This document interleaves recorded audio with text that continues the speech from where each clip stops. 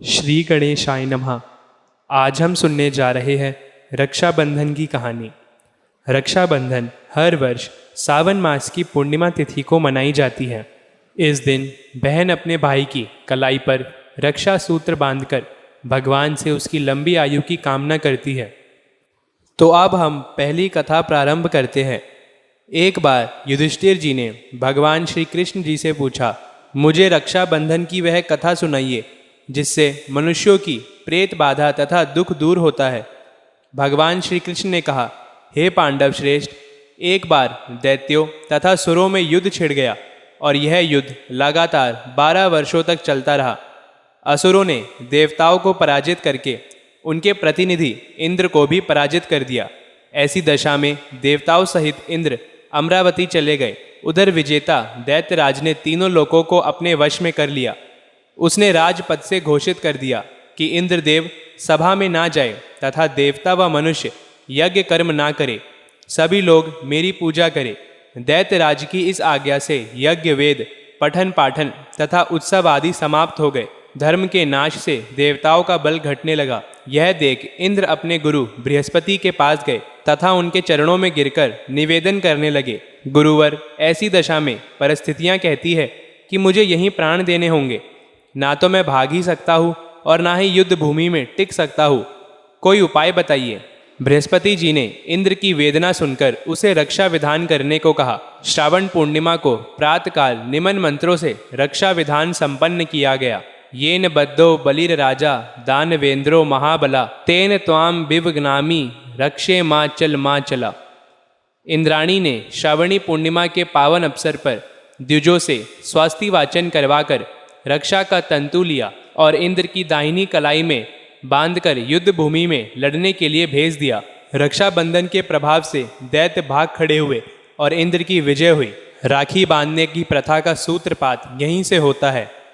अब हम दूसरी कथा श्रवण करते हैं।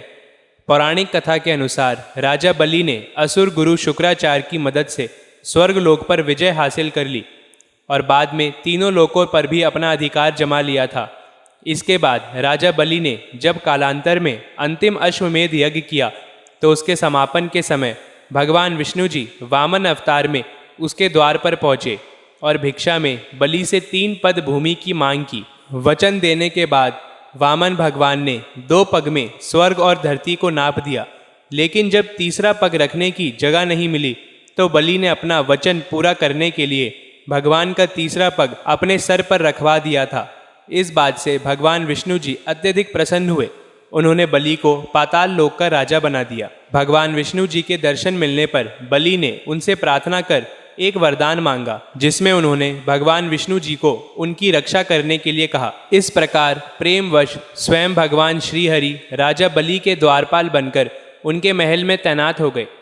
उधर माता लक्ष्मी अपने स्वामी भगवान श्रीहरि विष्णु जी की राह देखती रही, लेकिन जब भगवान विष्णु जी लंबे समय तक नहीं लौटे तो माता लक्ष्मी एक साधारण स्त्री का रूप धारण कर पाताल लोक में राजा बलि के महल पहुंची और लीला पूर्वक रुदन करने लगी। जब राजा बलि को इस बात का पता चला तो वे वहां गए और उस स्त्री से रोने का कारण पूछने लगे। तब मनुष्य रूप में आई हुई माता लक्ष्मी जी ने उन्हें बताया कि उनका कोई भाई नहीं है।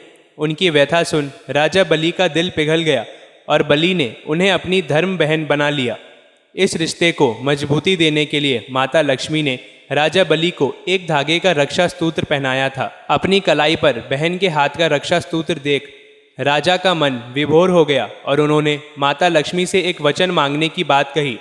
तब माता लक्ष्मी ने अपने असली स्वरूप में आ गई और उन्होंने बलि से अपने स्वामी भगवान श्रीहरि विष्णु जी को उनकी सुरक्षा के दायित्व से मुक्त करने का वचन मांगा।